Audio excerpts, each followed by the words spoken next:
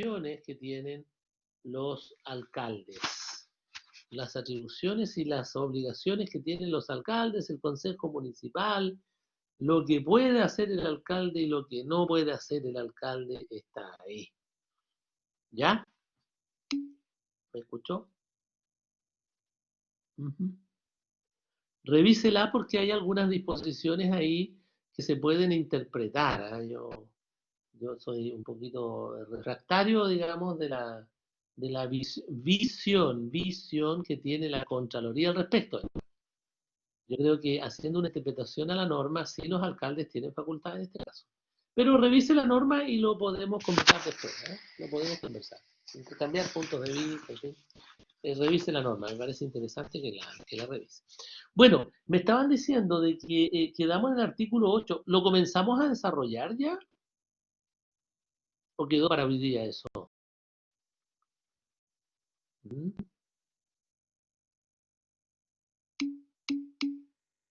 Di el principio, ¿no? Pero quedó para hoy, claro, ya. Perfecto, muy bien, muy bien. Entonces, seguramente dije yo que en el artículo 8 está consagrado dos principios, están consagrados dos principios.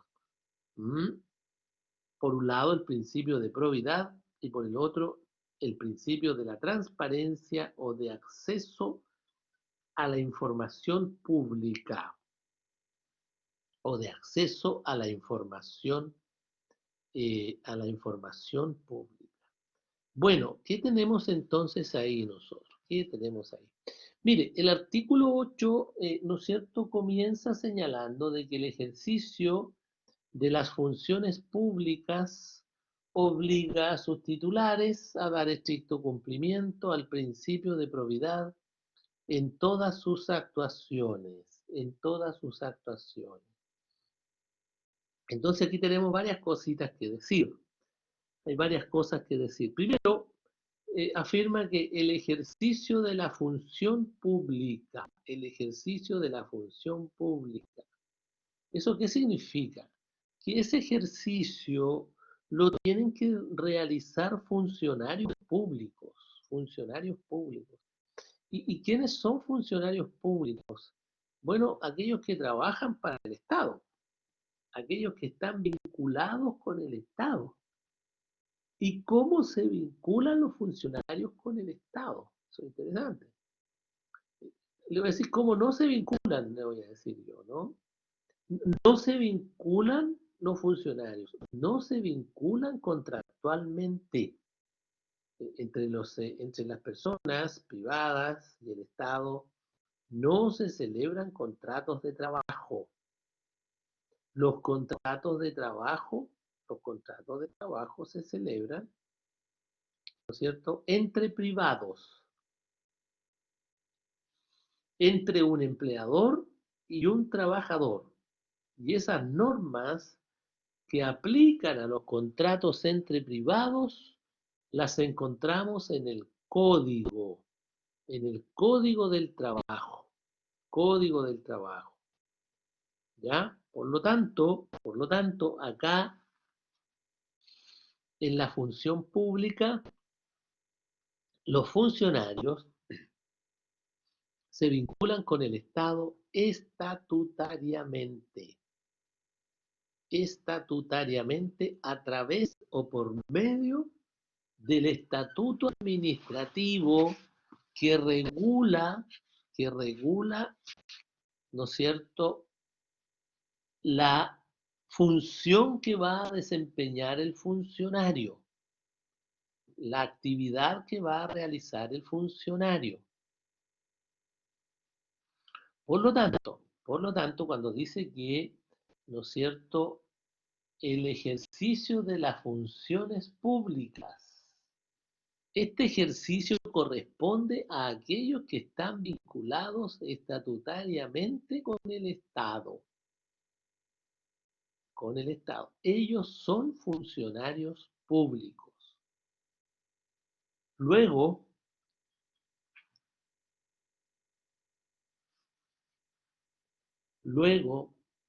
esos funcionarios, ¿no es cierto?, se distinguen o distinguimos nosotros en la función pública categorías de funcionarios, tipos de funcionarios.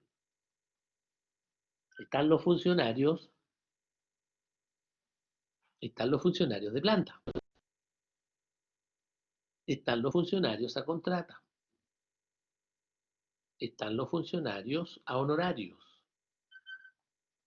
están los funcionarios de confianza y están los funcionarios a prueba. Y están los funcionarios a prueba.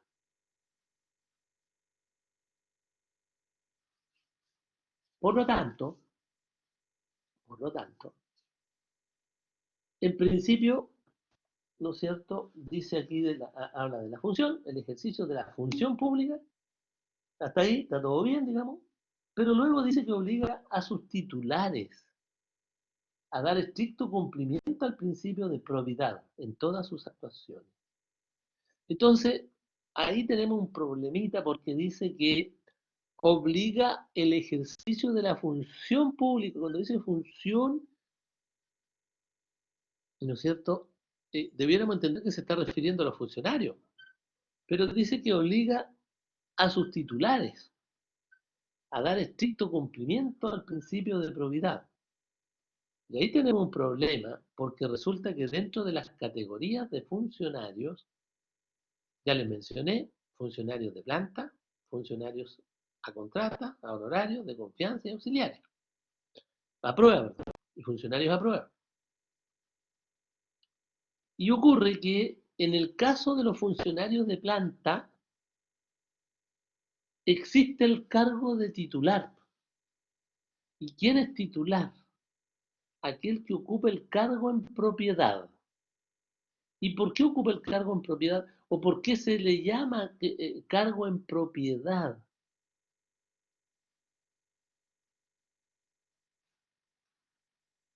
No significa que haya comprado el cargo, ni que lo haya adquirido y lo pueda, ¿no es cierto?, incorporar a su patrimonio. Significa que tiene la propiedad del cargo porque ganó el respectivo concurso público. Ganó el respectivo concurso público.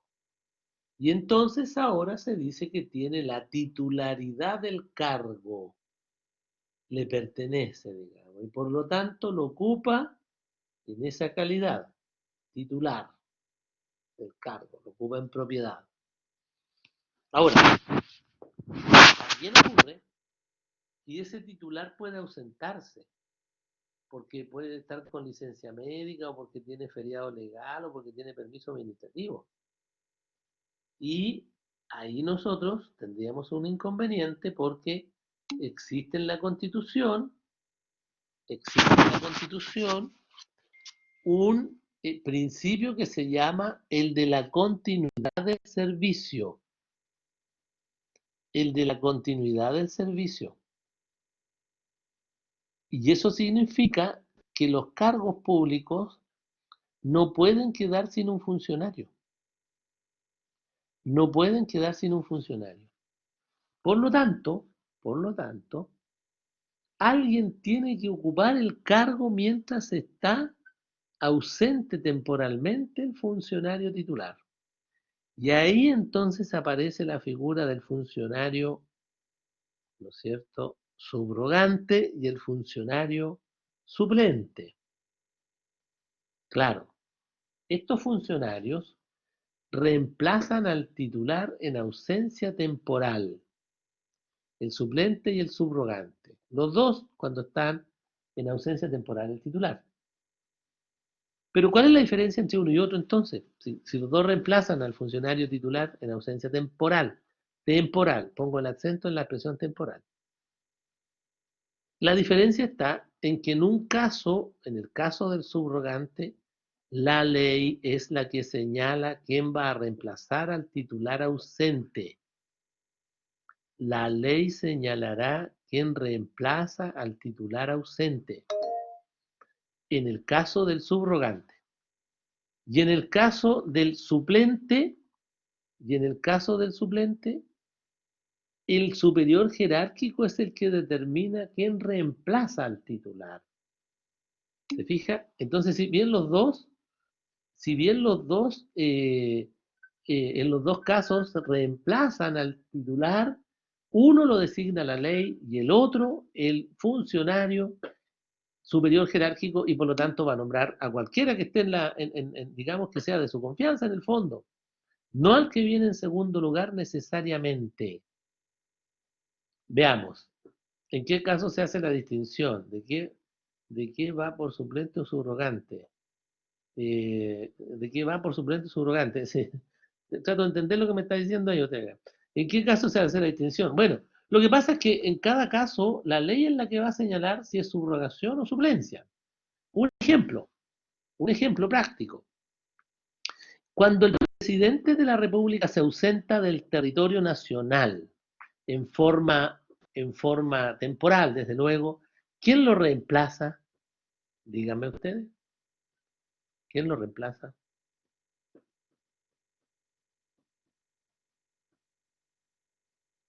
Esto es cultura general, ¿no?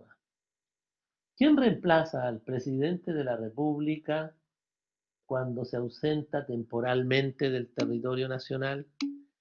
El ministro del Interior y Seguridad Pública. Claro, el ministro del Interior y Seguridad Pública. ¿Se fija? Entonces, ¿podría reemplazarlo el ministro de Medio Ambiente, por ejemplo? No puede. ¿Por qué no puede? Porque la ley señala quién tiene que reemplazarlo. ¿Se fija? La ley es la que señala quién lo reemplaza. Por lo tanto, en ese caso, es bueno porque no se produce duda alguna. La ley le va a decir, mire, bueno, estando ausente el presidente, lo reemplaza el ministro del Interior, estando ausente el ministro del Interior, lo reemplazará el ministro de Hacienda, estando ausente el de Hacienda, el de Relaciones Exteriores, etcétera. ¿Entiendes? Entonces la ley va señalando cuál es la prelación, cuál es la prelación, ¿ya? Estamos hablando de la administración pública, no estamos hablando de los tribunales. Los tribunales no pertenecen a la administración pública, no se preocupe. Está bien, si para eso estamos, para aprender, pues, así que no, para nada, no hay ningún problema. Ya, ahora ya no vuelve a preguntar una cosa como esa y queda grabada en su disco duro ahí, ¿verdad? De que la Corte de Apelaciones y los tribunales no son, digamos, no son órganos de la administración. Pero le voy a colocar un ejemplo de suplencia. ¿En qué caso hablamos de suplencia? Por ejemplo, en las municipalidades. Esos son órganos de la administración. En la municipalidad. ¿Quién reemplaza al alcalde? Entonces uno podría decir, oiga, al alcalde lo reemplaza el secretario municipal. Otro dirá, bueno, lo puede reemplazar el administrador del municipal. Y otro dirá, bueno, lo puede reemplazar el director jurídico. Claro, el alcalde va a señalar quién lo reemplaza. Y si lo señala el alcalde, significa que estamos en presencia de una subrogación. Perdón, de una suplencia, quiero decir. De una suplencia. De una suplencia. Mire, hay otro ejemplo más que es bastante bueno, aun cuando ese digamos, ese cargo no es público, pero sirve, fíjese. Ustedes alguna vez han ido a una notaría y seguramente habrán sabido de que cuando no está el notario, pues no puede no haber alguien en el oficio, digamos, así que cuando no está el notario lo reemplaza un notario suplente, dice en el timbre que coloca el notario suplente, ¿no? Bueno, ¿eso qué significa? Que no hay subrogancia ahí. Ahí el notario deja a alguien de su confianza que lo reemplace. El notario no es funcionario público, por si acaso. Ya eso lo van a aprender ahí en derecho, ya lo tienen que haber visto a lo mejor en derecho procesal orgánico. ¿Ya? Entonces, ahí está. De manera tal de que eh, cuando nosotros decimos, volvamos al artículo 8, inciso primero sobre la probidad, cuando dice que el ejercicio de la función pública obliga a sus titulares, uno pudiera estar pensando de que va a quedar obligado a cumplir el principio de probidad solo el titular, el que ganó el concurso público en un cargo de planta. O sea, no lo va a cumplir el funcionario de confianza, la prueba, el honorario, la contrata, ni el suplente, ni el subrogante, ni el interino, digamos, ni el interino. ¿Será eso el sentido que le quiere dar el constituyente al artículo? Al artículo 8, ¿qué les parece? ¿Será ese el sentido y alcance que le quiere dar al artículo 8 o no? ¿Será que solo van a quedar obligados a cumplir este principio los funcionarios titulares del cargo, los que ganaron el concurso? ¿Qué me dicen? No, claro, claro, no. No, no parece razonable, no parece razonable. Bueno, pero ¿y qué hacemos aquí entonces? Cómo interpretamos esa norma, digamos? ¿Ah? Claro, y todos, dicen ustedes, debieran cumplir el principio de probidad, los honorarios, la confianza, todos deben cumplirlo. Claro, yo estoy de acuerdo con ustedes, todos deben cumplirlo, pero tenemos un problema de interpretación ahí, tenemos un problema de interpretación. Entonces, ¿qué hacemos en estos casos como futuros abogados? ¿No es cierto? No nos podemos quedar sin solución. ¿Recuerdan ustedes cuáles son los métodos de interpretación jurídica del Código Civil?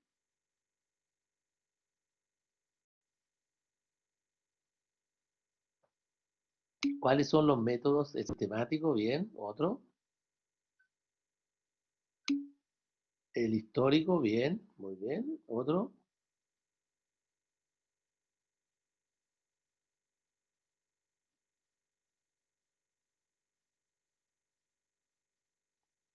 Faltan dos. Bien, perfecto. Falta uno. Faltaban tres, entonces, a ver, si me falta uno, claro. El lógico, lógico, ese faltaba, pues el lógico, efectivamente. ¿Se fija? Ya, muy bien. Entonces, ahora tenemos la Constitución, ¿no es cierto? El artículo 8 de la Constitución. Entonces, tenemos los elementos de interpretación.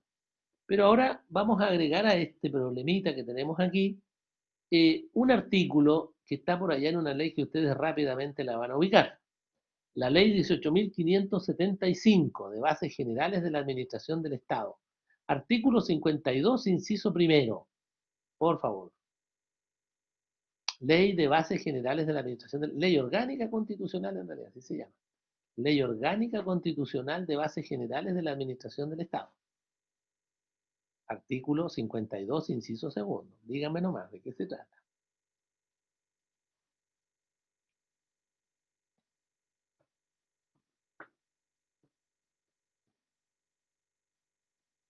Ley Chile, la solución. Ley Chile en la solución.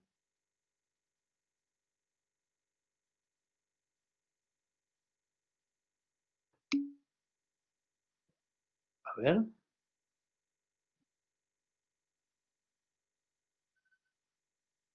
Presidente ocultando información estratégica. No, ¿qué es eso? ¿Dónde aparece eso? A ver, veamos. Esa ley, número de ley, 18.575. Tiene texto refundido, sistematizado y coordinado, por si acaso. ¿Ah? Claro. 18.575. La ley funcional. Claro, a ver, aquí estamos. ¿Ve usted? El inciso segundo. ¿Cuál es el inciso? ¿Cuál es el inciso segundo? Aquí dice el principio de probidad administrativa. Fíjense, allá en la Constitución tenemos nosotros el principio de probidad, pero la Constitución no lo define, sino que se refiere a él. Pero acá la ley de bases define la probidad. Y fíjese que esta es una definición legal, ¿ah? O sea, pocas veces la ley define cosas, digamos. Y aquí definió la probidad y dice que el principio de probidad administrativa consiste en observar una conducta funcionaria, intachable y un desempeño honesto y leal de la función o cargo con preeminencia del interés particular del general, perdón, por sobre el particular. Y luego agrega ahí que su inobservancia acarreará las responsabilidades y sanciones que determinen la Constitución, las leyes y el párrafo cuarto de este título en su caso. ¿Ya? Dicho sea de paso, este concepto de probidad hay que aprendérselo de memoria, por si acaso, ¿eh? Lo preguntamos siempre. Hasta en el grado se pregunta. Muy importante. ¿Ya? Así que desde ya vayan haciéndose amigos de este artículo y más precisamente de esta definición. Entonces, ¿qué es lo que ocurre? Dice aquí que el principio de probidad administrativa consiste en observar una conducta funcionaria. O sea, está diciendo que a quien se le exige el cumplimiento de este principio es a los funcionarios. Funcionarios. Y que deben observar una conducta intachable, ¿no es cierto? Y un desempeño honesto y leal de la función. Función o cargo. ¿Ya? Por lo tanto, ¿a quién está dirigido el cumplimiento del principio de probidad? A los funcionarios de la administración del Estado. Cualquiera que sea la categoría, es decir, que sea funcionario de planta, que sea funcionario a contrata, que sea honorario, de confianza, a prueba, y allá los de planta sea que se trate de funcionarios subrogantes o que se trate de funcionarios suplentes o interinos. Ojo que el interino es el que reemplaza al titular cuando ya no vuelve el titular, ¿eh? Mientras se nombra un nuevo titular. Ese es el interino, es distinto del suplente y del subrogante. También se pregunta eso. ¿Quién es el interino? El que reemplaza al titular, pero en ausencia definitiva. En ausencia definitiva. Los otros dos reemplazan al titular en ausencia temporal. Está de vacaciones, está con licencia, está con permiso administrativo, etc. Acá no. Acá el funcionario no vuelve, porque, qué sé yo, bueno, fue destituido, jubiló, se retiró, murió, qué sé yo, o le sobrevino una enfermedad, ¿no es cierto?, incompatible con el cargo, etcétera, ¿no? Y no vuelve. Entonces, ahí no lo ocupa un suplente ni un subrogante, tiene que ser un interino. Y el interino, por definición entonces, es el que reemplaza al titular en ausencia definitiva. ¿Cuánto tiempo dura el interino? Bueno, cuánto dure el cargo ahí sin que se nombre el titular reemplazante, digamos, ¿no es cierto? Que lo va a reemplazar. Por lo tanto, aquí tenemos el precepto constitucional con el precepto legal. El precepto constitucional con el precepto legal. ¿Qué elemento de interpretación estamos utilizando en ese caso? Pregunto.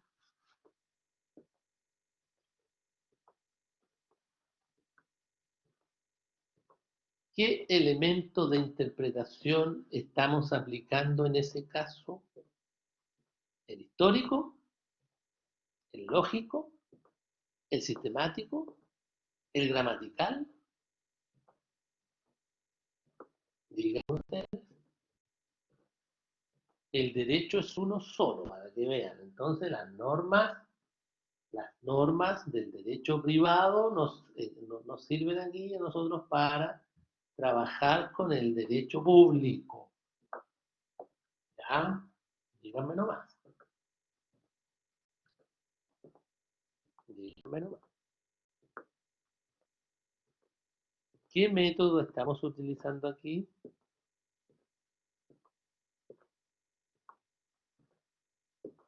¿El lógico, el histórico, el sistemático o el gramatical?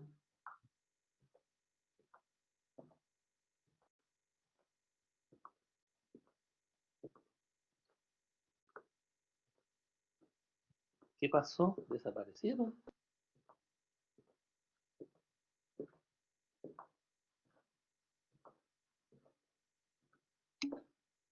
El sistemático, Paula, Catalina. Exactamente, pues, muy bien, el sistemático. Muy bien, pues el sistemático. Claro, ¿cuál es el método sistemático? Aquel que trata de armonizar, aquel que busca la armonía entre dos preceptos de distinta norma. Y aquí estamos tratando de conciliar la norma allá en la norma existente allá en la Constitución con la norma existente en la ley. Entonces aquí nosotros no estamos aplicando un criterio jerárquico, porque si aplicáramos un criterio jerárquico, no habría duda alguna de que la preponderancia la tiene la Constitución, sin duda alguna, la Constitución, pero aquí no estamos aplicando un criterio jerárquico de norma, ¿ya? Entonces estamos buscando la armonía, digamos, entre dos textos distintos. Efectivamente, efectivamente. Entonces, fíjese, después de todo este rodeo, de toda esta vuelta, digamos que es interesante porque vamos analizando cada aspecto, decimos, bueno, si aplicamos un método de interpretación sistemático, tenemos que arribar a la conclusión de que se está refiriendo a todos los funcionarios cuando dice que, ¿no es cierto?, el ejercicio de la función pública obliga a sus titulares, es decir, a todo aquel que ocupa un cargo público, cualquiera que sea la denominación que reciba, cualquiera que sea la denominación que éste reciba. ¿Se fija? Eso. Fíjense que aquí ocurre algo parecido a lo que pasaba ya en el artículo 5 cuando la norma habla del pueblo y su ejercicio se realiza hablando de la soberanía, y su ejercicio se realiza por el pueblo a través del plebiscito y de las elecciones periódicas. Pueblo, ¿se acuerdan ahí en qué sentido estaba tomada la expresión pueblo en el artículo 5? Díganme nomás. ¿En qué sentido estaba tomada la expresión pueblo? En el sentido de ciudadano, exactamente, muy bien, muy bien. En el sentido de ciudadano, ¿se fija? Esa es la magia del derecho, pues, esa es la magia de estudiar derecho, estudiarlo, sí, pues, no pasar por ahí, no, estudiarlo, claro, porque usted le pasa un texto constitucional a una persona que no estudia derecho, ¿no es cierto? Obviamente no va a entender nada porque va a leer y va a decir el pueblo, bueno, la población, lo mismo que población, claro, claro, claro. Y en el 8 dirá, bueno, los titulares, bueno, quedan todos los demás fuera, quedan todos los demás fuera. No, pues no es así, pues esa es la gracia del estudio del derecho, así se estudia derecho. No es cuestión de aprenderse las normas así de memoria nomás, hay que aplicarlas, hay que relacionarlas. Ya, y luego este mismo inciso primero, fíjense que hacia el final dice que obliga a sus titulares a observar, ¿no es cierto?, estricto cumplimiento del principio de probidad, dice en todas sus actuaciones, en todas sus actuaciones. Y esto es bien importante porque fíjense que uno pudiera pensar de que el principio de probidad debe observarse mientras está en el ejercicio del cargo, pues, es decir, entre las 8:30 de la mañana y las 5 de la tarde. Claro, si es funcionario público.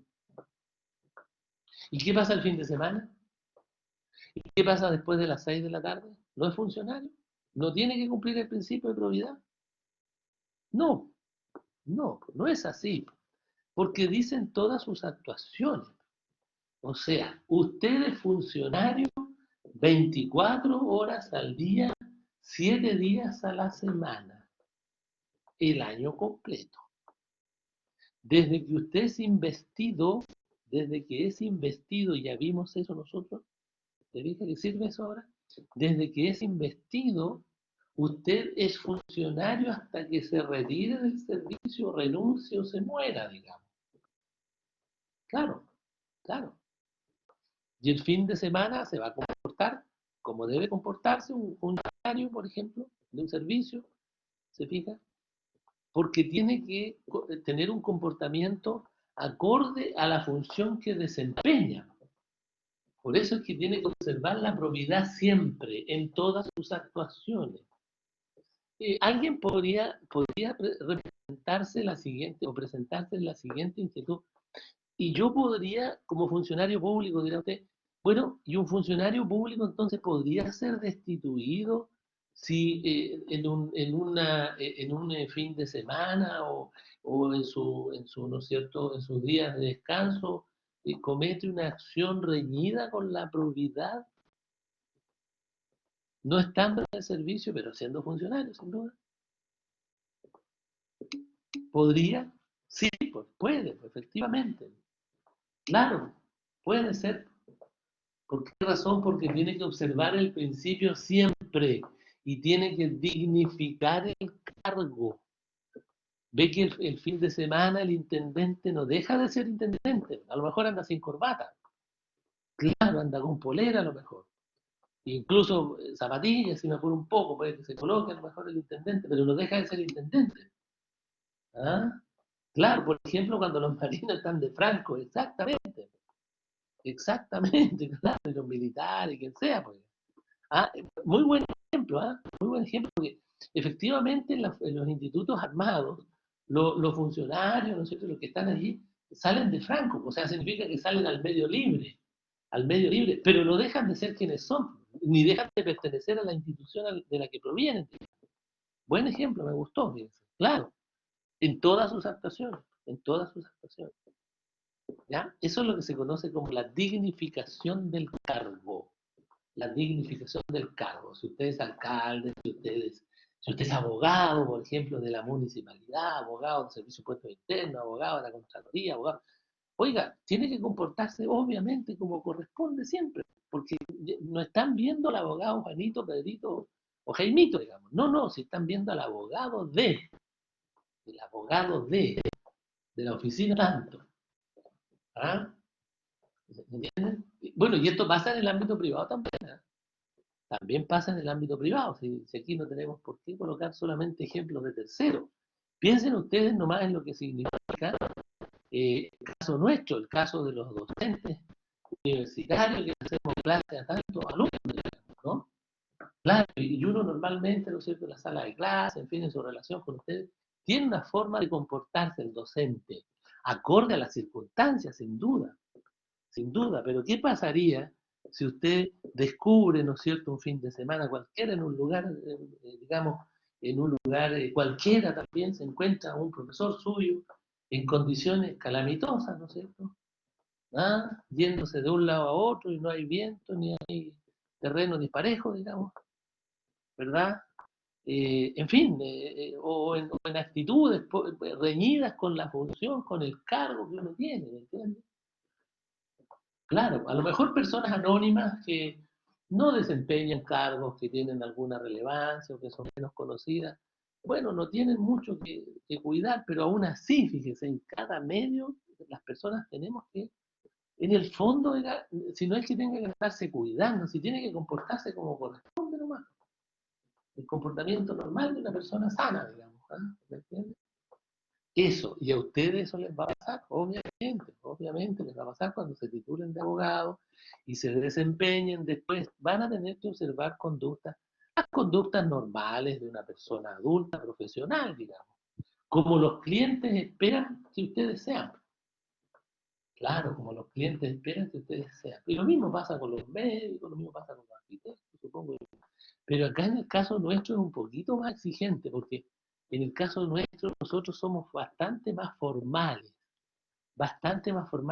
y en el consciente colectivo está también la imagen del abogado, de la abogada, que sale en la televisión, digamos, bueno, no, hay algunos casos que no, pero no son dignos de imitar en su presentación, pero en general se tiene la idea, la gente, de que son personas de buen hablar, de buena, ¿no es cierto?, cuidadosos con su atuendo, con su vestuario, ordenados, qué sé yo, ¿me entiendes? Por lo tanto, bueno, no precisamente en ese caso.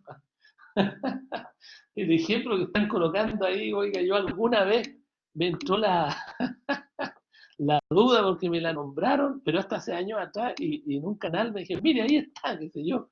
No, yo por lo menos no me siento representado, digamos, en esos casos.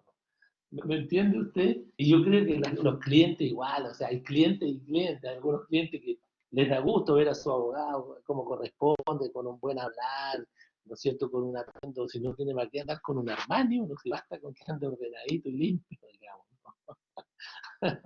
Buen ejemplo colocaron ahí. ¿Ya? Ve que esto se puede hacer más dinámico, digamos. Así que ojo con eso. Por lo tanto, por ejemplo, si una autoridad hace un ofrecimiento en su calidad de alcalde, de intendente, ¿no es cierto?, hace un ofrecimiento a las 7 de la tarde de un día sábado. Esto ocurrió, ¿eh? Esto ocurrió. A las 7 de la tarde de un día sábado. Y después no cumple y demandan el cumplimiento de lo que ofreció a un grupo de pobladores.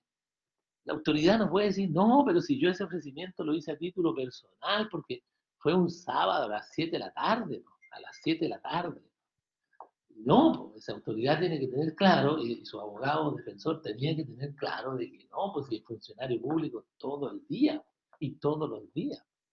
Además, cuando hizo el ofrecimiento esa autoridad en esa oportunidad, lo hizo precisamente en su calidad de autoridad, ¿no? Por lo tanto, lo que estaba ofreciendo se iba a financiar con dinero del Estado. Y si no es funcionario público, ¿cómo puede ofrecer financiamiento con cargo al Estado? ¿Se fija que hay una contradicción ahí? Bueno, este fue un caso real, ¿eh?, que tuvimos que vivimos ahí, digamos, con una autoridad y naturalmente el colega parece que sabía mucho de derecho privado, pero de derecho público no, no mucho, digamos, y tampoco conocía mucho la Constitución. Así que obviamente la autoridad tuvo que responder, pues si es funcionario todo el día, digamos, y todos los días, a toda hora, lo dice la misma norma, lo dice la misma norma. Muy bien. ¿Alguna, alguna duda, alguna consulta? ¿Va clarito hasta ahora? Me interesa mucho este artículo, hay que aprendérselo de memoria. Hay que aprendérselo. Y además de aprendérselo, hay que trabajarlo, hay que entenderlo, ¿me entienden? Relacionarlo, así como lo estamos haciendo ahora. Mira, aquí esto es un poco lento. Estos artículos son un poco lentos porque hay que trabajarlos palabra por palabra. Yo les dije el año pasado, los que tuvieron clase conmigo, que derecho constitucional ya usted ahí se pone pantalón largo, digamos, empieza a estudiar derecho propiamente tal. Propiamente tal. Bueno, vamos entonces al inciso segundo.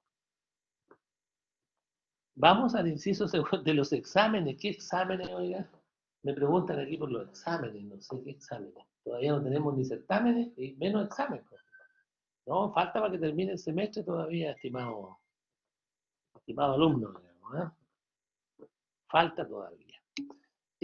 Certámenes, por ahí está mejor, por ahí está mejor.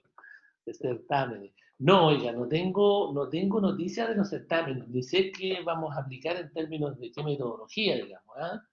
Pero mire, más que de la metodología, preocúpense de estudiar nomás y de manera tal de que cualquiera que sea la metodología puedan responder adecuadamente, digamos, ¿eh? Ojalá nomás, yo deseo fervientemente que el examen de términos de semestre se los pueda tomar oral, digamos, se lo pueda tomar oral. ¿Mm? Así que por ahora vayan aprendiéndose sin duda la definición de probidad del 52. Eso hay que recitarlo como el nombre, digamos, como el nombre. ¿Ah? Apréndanselo de memoria porque de ahí también se desprenden a propósito, pero eso lo veo en administrativo después. Pero de todas maneras, apréndanselo bien porque fíjense que de ahí salen los elementos de la probidad. Después uno pregunta cuáles son los elementos, salen de la misma definición. ¿Ah? Son 3 elementos ahí. Observar una conducta funcionaria intachable, ¿no es cierto? Desempeño real de la función o cargo y preeminencia del interés general por sobre el particular. Esos son los elementos, en el fondo salen de la misma definición. Todos los incisos, no, el inciso segundo nomás.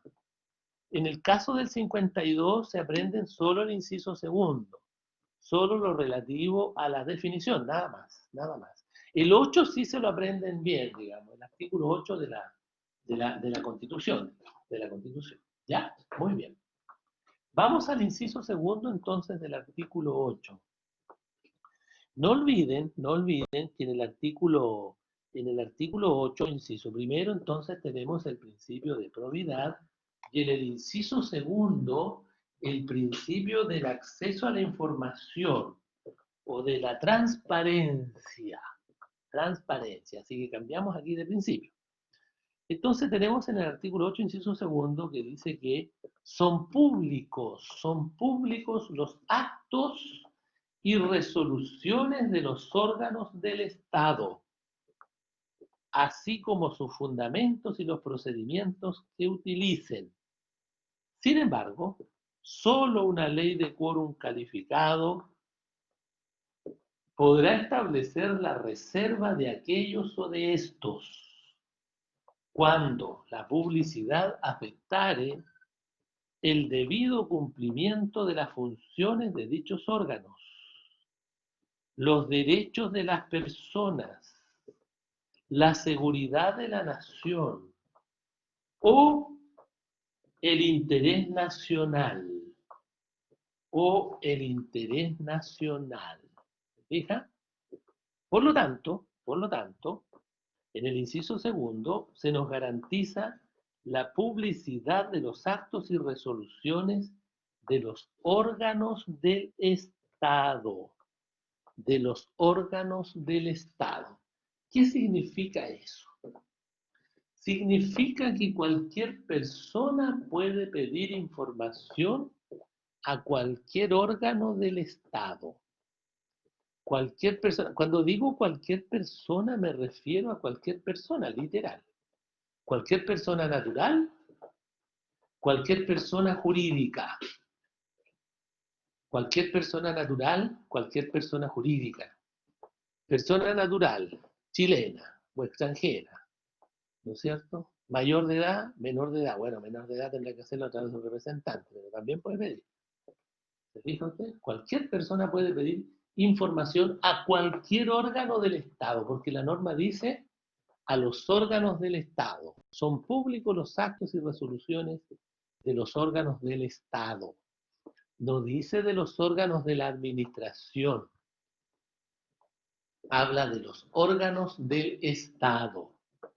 O sea, todos los órganos del Estado. Todos los órganos del Estado. Entonces, hay una ley que trata precisamente esta materia y que regula esta materia, digamos, y se llama así precisamente Ley de Acceso a la Información Pública. Y en esa ley se establece que entonces son públicos los actos también y resoluciones de los órganos del Estado, digamos, los órganos del Estado. Ahora, vamos a aprender aquí lo siguiente. Si bien cualquier persona puede solicitar información de cualquier órgano, tenemos que hacer antes una distinción. La información, existen tres categorías de información. La información son datos, datos que yo puedo solicitar y que tienen los órganos del Estado, digamos. Entonces, pero esta información se puede encontrar en tres categorías. Distinguimos nosotros ahí tres categorías. La información, fíjense que puede ser pública, puede ser reservada o puede ser secreta. Pública, reservada o secreta. Vamos viendo. ¿Cuándo la información es pública? Aquí hay que tener cuidado. Aquí hay que tener cuidado porque uno pudiera entender de que la información es pública cuando, ¿no es cierto?, es conocida por todos. O sea, no, dice uno, pero si esto es de público conocimiento. ¿Y por qué es de público conocimiento? Bueno, porque todos conocen esa información. Ya, eso no se aplica aquí en este caso. Eso no se aplica aquí en este caso. Aquí la información es pública cuando está puesta a disposición del público para que la conozca, con independencia de si efectivamente la conoce o no. No sé si me entienden. ¿Ya? Entonces, la regla, digamos, afuera del vulgo, ¿no es cierto?, es, oiga, la información es pública si la conoce todo el mundo, ¿no es cierto? Claro, todos la conocen, por eso es pública. No, acá no es así. Claro, un buen ejemplo, el diario oficial, precisamente, ¿no es cierto? ¿Qué significa que la información sea pública? Que está a disposición, así, pero esa frase, grábensela así, tal cual, que está a disposición del público, que cualquier persona puede acceder a ella. Ahí sí, ahí sí. Y en este caso, claro, es como el diario oficial, efectivamente, ¿no? El diario oficial que contiene la publicación de las normas, qué sé yo, de las leyes, etcétera, se presume conocida por todos. Y entonces, claro, y por eso que el diario oficial se publica ahí porque obviamente se entiende que la ley ya es pública, porque está en el diario oficial. Y se entiende que las personas, se presume que las personas ven el diario oficial, digamos. Y a partir de ahí, ¿no es cierto?, es obligatoria, salvo que tenga un periodo de morosidad, digamos, o de vacancia. Pero eso es otra cosa. Así que ese es un ejemplo bueno. Bueno, no olviden entonces. Ahora, ¿cómo los órganos, de qué manera los órganos colocan a disposición del público la información? Hoy día, diría yo, sin excepción prácticamente, todos los órganos del Estado colocan la información a disposición del público en sus respectivas páginas web, ¿ya? En sus respectivas páginas web. Colocan entonces la información a disposición del público y entonces así los órganos dicen después, sí, pero si la información no, esa información es pública, dice, está ahí en la página, está en la página. Y ahí entonces aparece una distinción, ¿no es cierto? Aparece una distinción que se hace en términos de transparencia y se habla de transparencia activa y de transparencia pasiva. Transparencia activa y transparencia pasiva. Y transparencia pasiva. ¿Entienden? Cuando hablamos de transparencia activa, cuando el órgano del Estado coloca la información a disposición del público en su página web o en las oficinas del órgano, las coloca a disposición del público la información por cualquier medio y principalmente por medio de la página, digamos, ¿eh? Por medio de la página, principalmente, digamos, principalmente. Entonces, esa transparencia es transparencia activa. ¿Activa por qué? Porque es el propio servicio, es el propio órgano el que coloca voluntariamente, vamos a decir, a pesar de que no es tan voluntario, coloca, ¿no es cierto?, voluntariamente a disposición del público, del usuario, la información,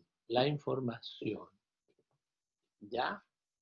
Por el otro lado, naturalmente, está la transparencia pasiva. ¿Cuándo hay transparencia pasiva? Cuando es el interesado el que se dirige al servicio para solicitar información. ¿Ya? Ahora, yo cuando hablo de dirigirse al servicio, hoy día, digamos, puede que usted se dirija materialmente al servicio o al órgano, ¿no es cierto? Materialmente usted va a la oficina y pide información, etc. O también puede solicitar la información a través de la página, porque hay correos, contáctese con nosotros, qué sé yo, hay varios links ahí normalmente, para que usted se contacte con el servicio y le pida la información por correo electrónico, por teléfono, por WhatsApp, no sé, no tengo dudas, digamos, de si por WhatsApp la podría solicitar. Me imagino que no, digamos, pero puede ser. ¿Se fija? Entonces, esa es la transparencia pasiva. ¿Por qué? Porque está visto desde el punto de vista del órgano, ¿eh? Está visto desde la perspectiva del órgano.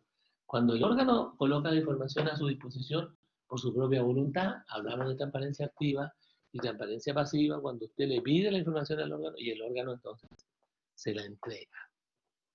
Volvamos a la clasificación de la información. ¿Cómo se encuentra la información? Se puede encontrar, decíamos que podía ser pública, podía ser reservada y podía ser secreta. Estamos en la información pública. Entonces no olvidemos, información pública cuando está a disposición del público para que la conozca, aun cuando el público no la conozca. Pero está ahí, digamos. Cualquiera la puede buscar y recibir y encontrar. Esa información, naturalmente, que no puede ser denegada. Usted va a acceder sí o sí y no hay problema con eso. Pero hay otra información que tiene la categoría de reservada.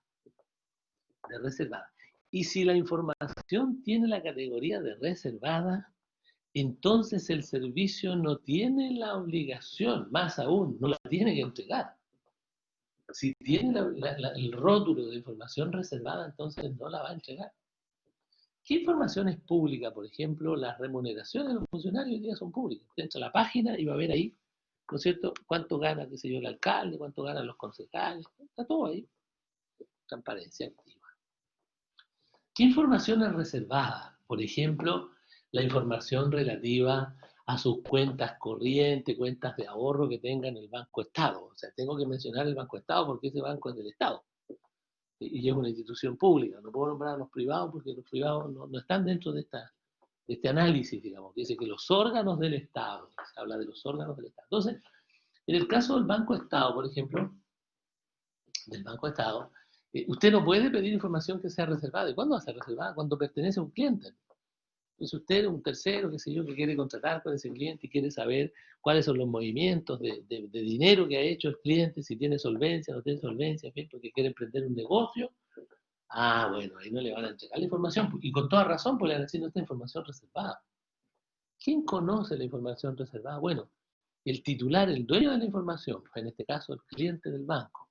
Obvio que la va a conocer. ¿Y quién más la conoce? El ejecutivo, es decir, aquel que tiene contacto con la información en razón del cargo. En razón del cargo. Otro ejemplo de información reservada. Eh, los impuestos que pagan las personas naturales o jurídicas, digamos, ¿no? Usted no puede ir al Servicio de Impuestos Internos y decir, mire, quiero saber cuál es la carga impositiva que tiene mi amigo, qué sé yo, un cliente, por ejemplo, en el caso nuestro como abogado.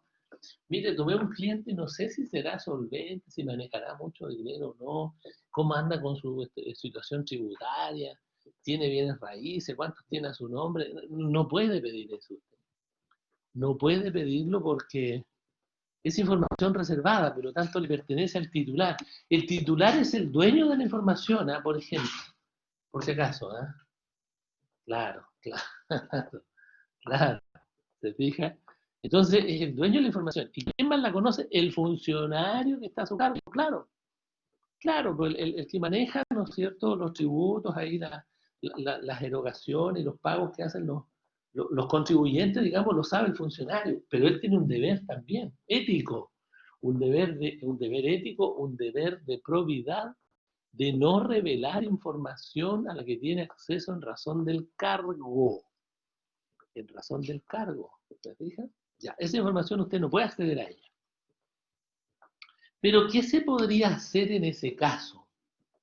¿Qué se podría hacer en ese caso? Bueno, en ese caso usted tendría que, bueno, el funcionario le va a decir, mire, esta información no se la puedo entregar porque es reservada. Pero si usted quiere, no le van a decir eso porque no van a estar gastando tiempo en eso, pero desde el punto de vista legal, ¿qué se podría hacer? Bueno, que el funcionario le pregunte al titular de la información si puede o no entregar esa información a quien la está solicitando. Eso se podría hacer. ¿Ah? Y si el titular de la información le dice que no al funcionario, bueno, el funcionario le da esa respuesta al solicitante y diga, no se puede porque el titular de la información no me autoriza, no me autoriza. ¿Sí? Ahora, aquí me dicen de la ficha médica o diagnóstico médico, ¿es información reservada? Buen ejemplo, muy buen ejemplo, exactamente. La ficha médica y los diagnósticos son personales, personales. Oiga, sobre este punto hemos tenido casos en que, por ejemplo, en materia médica, fíjese que ¿quién conoce la información diagnóstica y la ficha médica? Bueno, el médico tratante. El médico tratante. En una oportunidad se presentó la situación de que la cónyuge de un paciente pidió la ficha médica de su marido. Digamos. Efectivamente, era su marido y pidió la ficha médica. Y fíjese que parece que había estudiado este tema el médico porque le dijo que no. Le dijo que no podía. Y le dijo, oye, pero si yo soy su cónyuge, digamos, soy su señora, y andaba con la libreta la señora. Este es un tema bien anecdótico que ocurrió acá en Concepción. Digo. Entonces, y andaba con la libreta. Y le mostró, alguien le había dicho seguramente que le iban a pedir que acreditara, digamos, el parentesco en este caso, la relación de parentesco. Entonces, pero el médico le dijo que no, y le dijo que no, y con toda la razón del mundo. ¿Por qué? Porque usted puede acreditar que está, en este caso, ¿no es cierto?, que era la cónyuge, que estaba casada. Pero ¿quién dice que está conviviendo todavía o no con su marido, digamos? ¿Cómo estaban las relaciones familiares? Por ejemplo, ¿qué pasaba si, claro, ella conservaba la libreta, pero ya llevaba tiempo que no estaban viviendo juntos y no tenían ninguna relación, digamos? Voy a pensar mal, a lo mejor la señora quería saber cuánto le quedaba de vida al marido, no sé, por temas hereditarios, en fin. Yo sé en realidad de qué se trata, pero no lo puedo revelar, no voy a dar nombres ni nada, pero ¿me entienden? Entonces no se puede. Mire, esto es lo mismo, a ver, hay gente que quiere que se digan los nombres de las personas contagiadas con COVID, y eso no se puede hacer. No, pues no se puede hacer. Pues. Claro, justamente, pues no se puede hacer. Porque son información reservada, salvo personas que está contagiada, ¿verdad? Decida publicarlo para que las demás personas no se infecten, no se contagien. Mire, esto es lo mismo que cuando empezaron a aparecer casos de VIH, digamos. ¿Ah? Claro, también ahí, esos son casos también, ¿no es cierto?, en donde depende del titular de la información, del propietario de la información. Si la quiere entregar bien, si no, no se entrega nomás. Bueno, hay varios casos ahí, como les digo, de información reservada, no se puede entregar. Y la tercera categoría es de la información secreta. Secreta. Esta información, mire, si la reservada no se puede entregar, esta no se puede ni nombrar, digamos. Claro, claro. Todo, ahí ni siquiera con la autorización del titular. ¿Cuándo la información es secreta? Bueno, cuando la información no puede ser revelada bajo ninguna circunstancia, ni contexto, no se puede revelar. Solo la conoce quien va a hacer uso de esa información. Efectivamente, en este caso estamos en presencia normalmente de información que puede atentar en contra de la seguridad del Estado. Por lo tanto, la información relativa a las Fuerzas Armadas. Claro, el contingente, suponga que usted quiere saber cuántos submarinos tiene el Estado de Chile, cuántos están operativos, dónde están instaladas las tropas, cuántos aviones de última generación tiene. Esa información no se la pueden dar. Claro, claro, claro. ¿Se fija? ¿Qué profundidad alcanza un submarino? ¿Cuántas horas de autonomía tiene, por ejemplo? Es decir, etcétera, etcétera, ¿no es cierto? Claro, aquí precisamente lo que me están diciendo, ¿no es cierto? Dentro de la base no se puede tomar fotos, claro, precisamente por eso, no se pueden tomar fotos, no se pueden tomar fotos. Claro que sí, ¿ves? Esas son entonces las categorías de información. ¿A qué información tenemos acceso sin ningún problema? A la información cuando es pública. Pública. Otro datito aquí importante, dato en realidad, cuando una persona pide información que es pública, digamos, cuando pide información a un servicio y la información está publicada en la página, en el servicio, van a ser amables y le van a decir, mire señora, no pierda tiempo viniendo a pedir la información aquí porque está en la página, búsquela en la página. Y en algunos casos me ha tocado escuchar en algún servicio cuando dicen, alguien va a pedir información y la información está en la página, le dice, mire, señora o señor, transparencia activa, no le dice nada. A veces con un poco de mala voluntad, digamos, no, transparencia activa, señor. Y con una cara así como no me pregunte porque en realidad no tengo tiempo, dado que la información sale del servicio, si está ahí, entra a la página. Entra a la página. Entonces se escudan mucho en eso. Ahora, cuando se pide información que no está en la página, eh, ¿tiene algún plazo el funcionario para entregar la información? ¿Tiene algún plazo el funcionario para entregar la información? Tiene plazo. Tiene un plazo de 20 días. 20 días tiene para entregar la información. 20 días tiene para entregar la información. ¿Ya? Ese plazo se puede aumentar. Se puede aumentar en otros 20 días cuando la información hay que recopilarla, por ejemplo, porque está dispersa. Ese es un caso. Otro caso, cuando la información se encuentra, por ejemplo, en medios materiales, en archivos antiguos, no está digitalizada, por ejemplo. Ya también ahí el servicio puede hacer uso de una prórroga. Pero aquí hay que tener cuidado, es decir, no cuidado, sino que el servicio tiene que cumplir enviándole una comunicación al solicitante para explicarle que el plazo se va a aumentar debido a que la búsqueda de la información ha sido difícil, digamos, ¿ah? O porque no se han podido destinar recursos humanos para la búsqueda de la información, es decir, tienen poco contingente, poco personal. ¿Ya? Razones de ese tipo se pueden dar para aumentar el plazo, pero en principio tiene un plazo de 20 días. En principio tienen un plazo de 20 días, no más que eso, digamos. No más que eso, 20 días. Bueno, este tema de la información nos queda todavía bastante, digamos, no lo vamos a agotar ahora, naturalmente, así que retomamos entonces en el próximo bloque este de la información, de la transparencia, del acceso a la información. Hay algunos principios que tenemos que estudiar ahí también. Y estas materias son, bueno, son muy importantes y además son la base para el derecho administrativo 1. Así que para la próxima clase, digamos, hayan revisado, ojalá lo que dice la norma y ya empiecen a aprenderse estas normas porque son muy importantes. Bueno, vamos a quedar hasta aquí por hoy día. Vamos a quedar hasta aquí por hoy día. Y nos encontramos entonces, me parece, no sé si mañana o el jueves. Mañana, miércoles o el jueves. Me parece que el jueves, no estoy seguro. Sí, el jueves, perfecto, perfecto. Ahí nos estamos encontrando entonces, bueno, que estén, me parece muy bien que participen, porque así nos hacemos más activos y así un poco no echamos tanto de menos la sala de clases. ¿Ah? Voy a dejar de grabar, gracias por recordarme, siempre se me olvida esta cosa de grabar y después parar la grabación. Bueno, que estén muy bien, ¿eh? Que tengan una buena tarde, estamos en contacto. Chao, chao.